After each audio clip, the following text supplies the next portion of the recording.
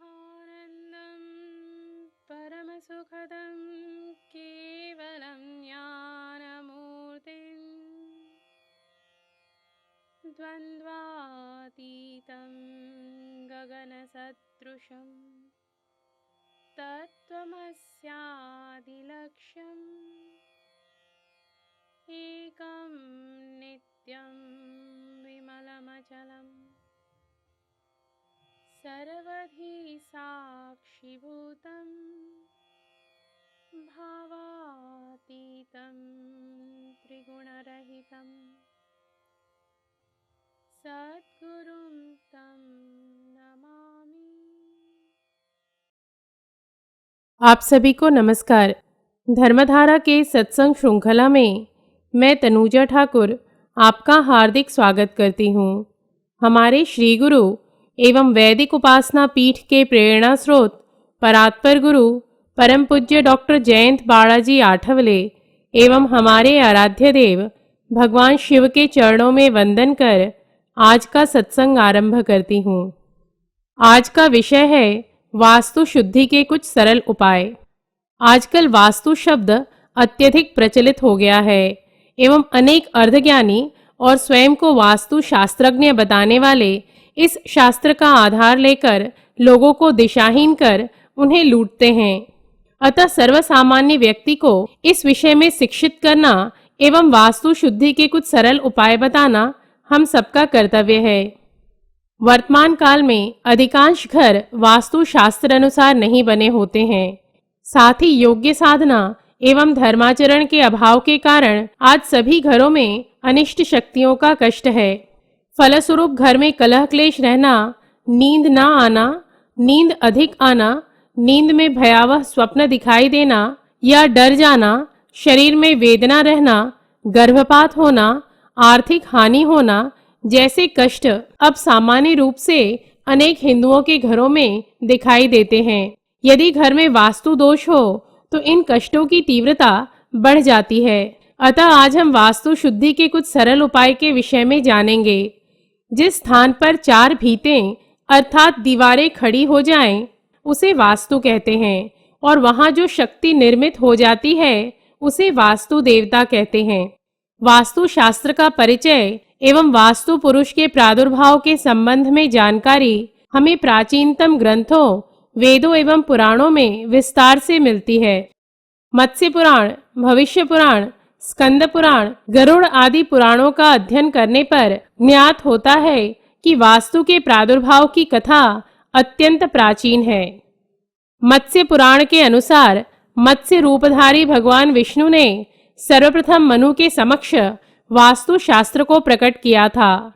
उसके उपरांत उनके उपदेश को सूत जी ने अन्य ऋषियों के समक्ष प्रकट किया था। एक महत्वपूर्ण तथ्य जान लें कि वास्तु के अनुसार अधिकतम 6% कष्ट ही हो सकते हैं और शेष कष्ट अन्य कारणों से होते हैं। परंतु वास्तु का शुद्ध एवं पवित्र रहना हमारी साधना एवं सुखी जीवन के लिए आवश्यक भी है और पूरक भी।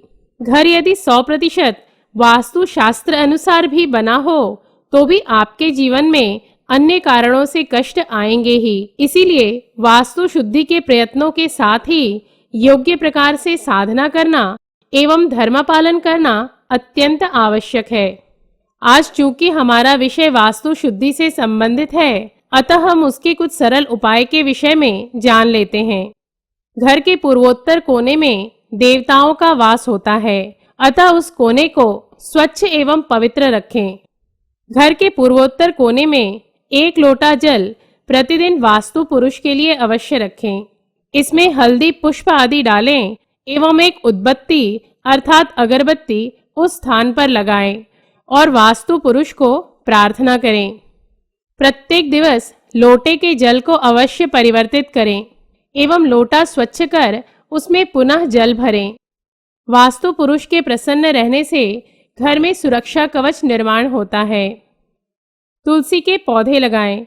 तुलसी में वास्तु की नकारात्मकता को सोखकर उसे सकारात्मक बनाने की अत्यधिक क्षमता होती है।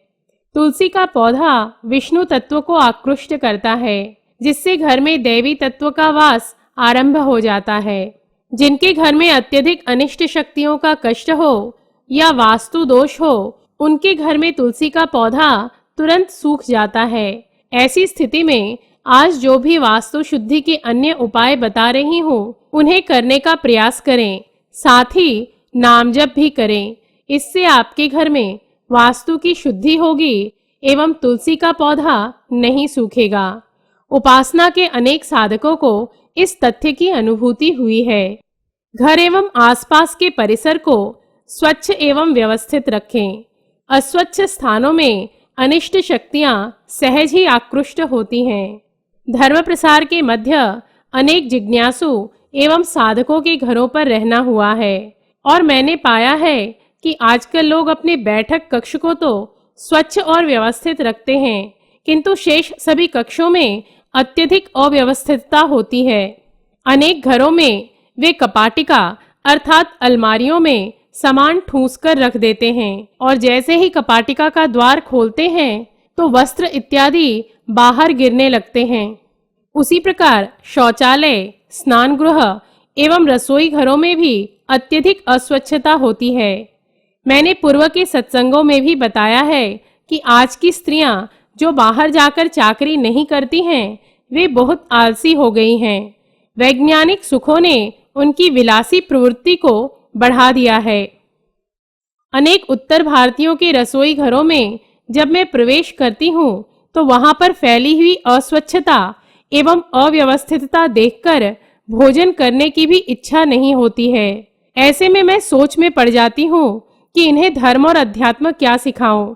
इन्हें तो सर्वप्रथम स्वच्छता का पाठ पढ़ाना होगा, किंतु वस्तु स्थिति इतनी विकट है कि यदि किसी स्त्री को तुरंत कह दें कि आपका घर अत्यंत अस्वच्छ एवं अव्यवस्थित है, तो उस दिवस मुझे उनके यहाँ भोजन मिलने की भी संभावनाएं नहीं दिखाई देंगी।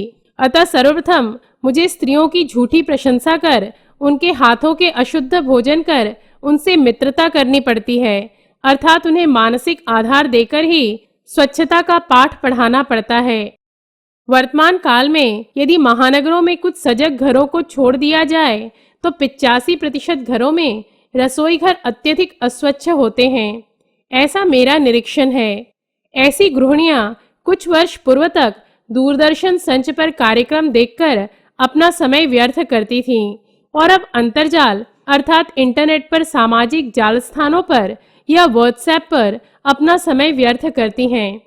उनके रसोई घर में खाद्य पदार्थ के डब्बे अत्यंत अस्वच्छ होते हैं।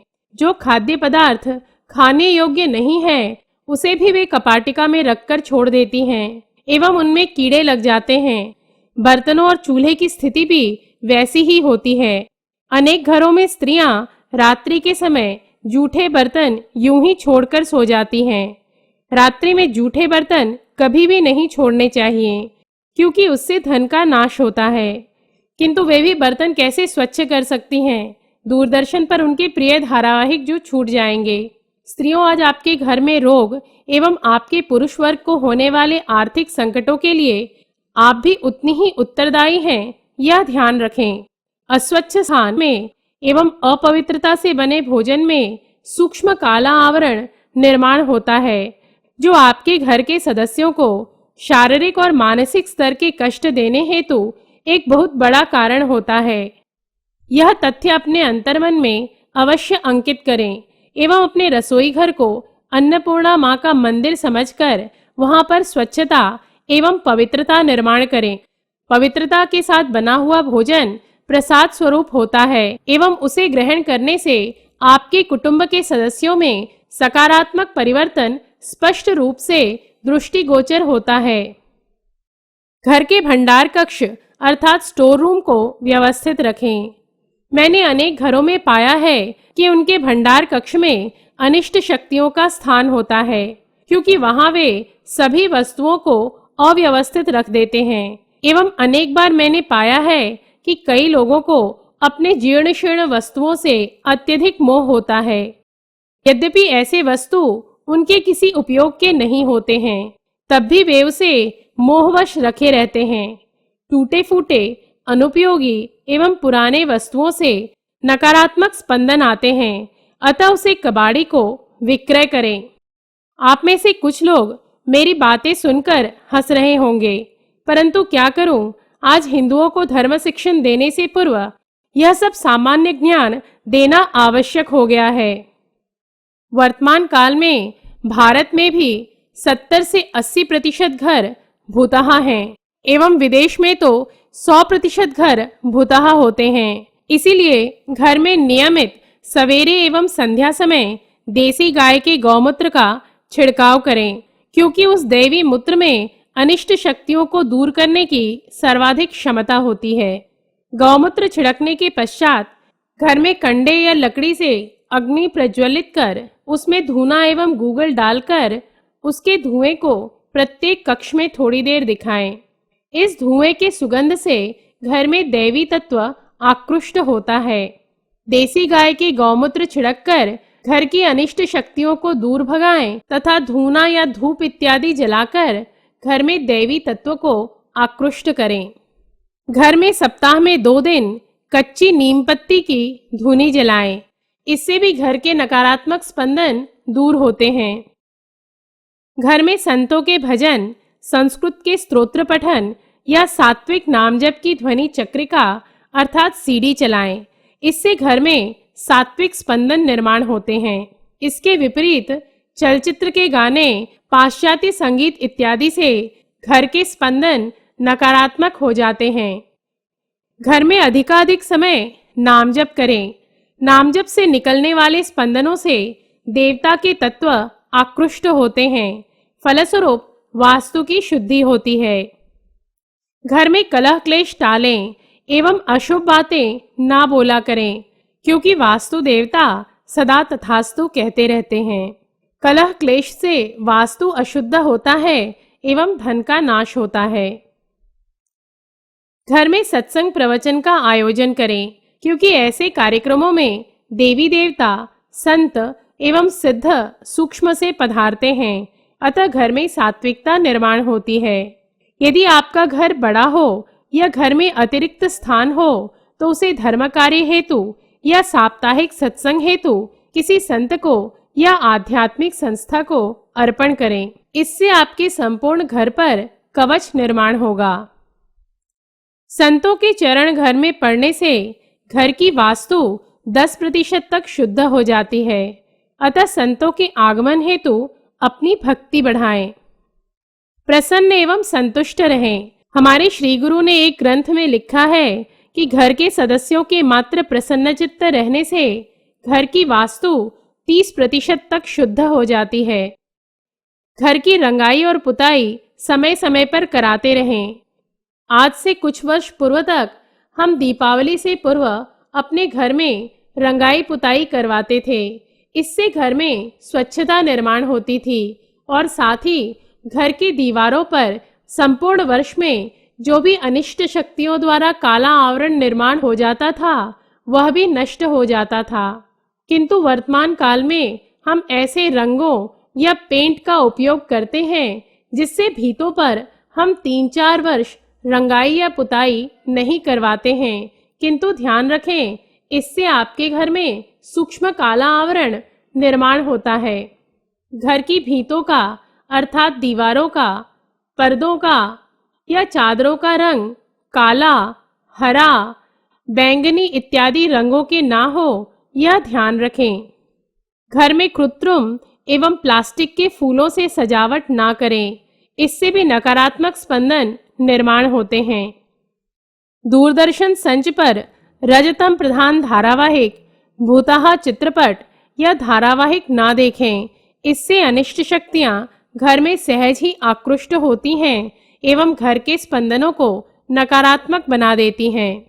फेंग शुई यह एक आसुरी पद्धति है। इससे वास्तु की शुद्धि नहीं होती है, अपितु घर में मायावी आसुरी शक्तियों का प्रवेश बढ़ जाता है। आज के वास्तु शास्त्रज्ञ को सूक्ष्म जगत का संपूर्ण ज्ञान नहीं है, अतः अनेक बार वे अपने व्यापार को बढ़ाने हेतु लोगों को फेंग शुई के वस्तुओं को रखने का भी सुझाव देते हैं, किंतु ऐसा करना अनुचित है। हिंदू धर्म अनुसार ही वास्तु शुद्धि के सर्व उपाय करें। एवं यदि फेंग शुई से संबंधित कुछ भी वस्तु आपके पास हो तो उसे उठाकर फेंक दे। चिंता ना करें, इससे आपको कुछ भी हानि नहीं होने वाली है। घर में नैसर्गिक धूप और हवा के लिए प्रतिदिन कक्ष के द्वार एवं झरोखे को खोलें। इससे घर की शुद्धि होती है। घर में पितरों के चित्र दृष्टि के सामने ना रखें, क्योंकि यदि पितरों को गति नहीं मिली होती है तो वे अनिष्ट योनि में होते हैं और उनसे अनिष्टकारी स्पंदन घर में प्रसारित होते हैं। इस संबंध में YouTube पर वैदिक उपासना लिखकर आप विस्तृत जानकारी प्राप्त कर सकते हैं। अपने घर के पूजा घर में देवताओं की संरचना शास्त्रानुसार करें एवं वहां प्रातःकाल और संध्या समय आरती करें। पूजा घर से निकलने वाले स्पंदनों से संपूर्ण वास्तु में कवच निर्माण रहता है। इस संबंध में भी विस्तृत जानकारी पूर्व के सत्संगों में दिया जा चुका है। घर में राजनेताओं के, क्रिकेट खिलाड़ी के, चित्रपट जगत के अभिनेता एवं अभिनेत्रियों के छायाचित्र न लगाएं, क्योंकि वर्तमान काल में ये सभी लोग रजोगुणी एवं तमोगुणी प्रवृत्ति के होते हैं एवं इन सबका मुख्य ध्येय येन केन प्रकारेण धन कमाना होता है। अतः इनसे रजतम के स्पंदन प्रसारित होते हैं। साथ ही जो भी राष्ट्र पुरुष एवं समाज सेवक जो प्रखर हिंदुत्ववादी एवं ईश्वर भक्त ना हो एवं किसी कारणवश उनकी अकाल मृत्यु हुई हो, उनके छायाचित्र भी घर में ना लगाएं, क्योंकि अकाल मृत्यु होने के कारण उनकी इच्छाएं अतृप्त रहती हैं। अतः उनके छायाचित्र घर में लगाने से भी घर में रजतम प्रधान स्पंदन निर्मित होते हैं। घर में सात्विक पुष्प जैसे गेंदा, जाई, जूई, रजनीगंधा, चंपा, चमेली इत्यादि के पौधे लगाएं। ऐसे पौधे भी घर में सात्विक स्पंदन निर्माण करते हैं। घर के बाहर कांटेदार पौधे जैसे नागफनी, कैक्टस, सेहुड़ इत्यादि ना लगाएं। घर के बाहर भयानक मुखौटे टांग कर ना रखें, इससे भी घर की ओर आसुरी शक्ति आकृष्ट होती हैं एवं देवता का तत्व घर में प्रवेश नहीं कर पाता है। बाहर से आने के पश्चात अपने पादत्रान अर्थात चप्पल जूते खोलकर ही घर में प्रवेश करें एवं बाहर से आने के पश्चात पैरों को अवश्य धोएं। घर में अर्धरात्रि तक मोमबत्ती जलाकर मांस मदिरा युक्त भोज अर्थात पार्टी ना करें, इससे भी अनिष्ट शक्तियां सहज ही घर में आकृष्ट होती हैं और घर के सदस्यों को अनेक प्रकार के शारीरिक एवं मानसिक कष्ट होते हैं। हिंदू धर्म में हम घर को मंदिर कहते थे, अतः अपने घर को मंदिर समान स्वच्छ, व्यवस्थित एवं पवित्र रखें। देखिएगा आपके जीवन में सुख, समृद्धि एवं शांति का पदार्पण स्वतः ही हो जाएगा। इन्हीं शब्दों के साथ हमारे श्री गुरु परम पूज्य डॉक्टर आठवले एवं भगवान शिव के चरणों में कृतज्ञता व्यक्त कर आज का सत्संग समाप्त करती हूँ। धर्म और अध्यात्म से संबंधित धर्मधारा के इस सत्संग श्रृंखला में हम नए तथ्यों के साथ पुनः उपस्थित होंगे। तब तक के लिए नमस्कार। जयतु हिंदू राष्ट्रम। ॐ पूर्णमदः पूर्णमिदं पूर्णात् पूर्णमुदच्यते पूर्णस्य पूर्णमादाय पूर्णमेवावशिष्यते।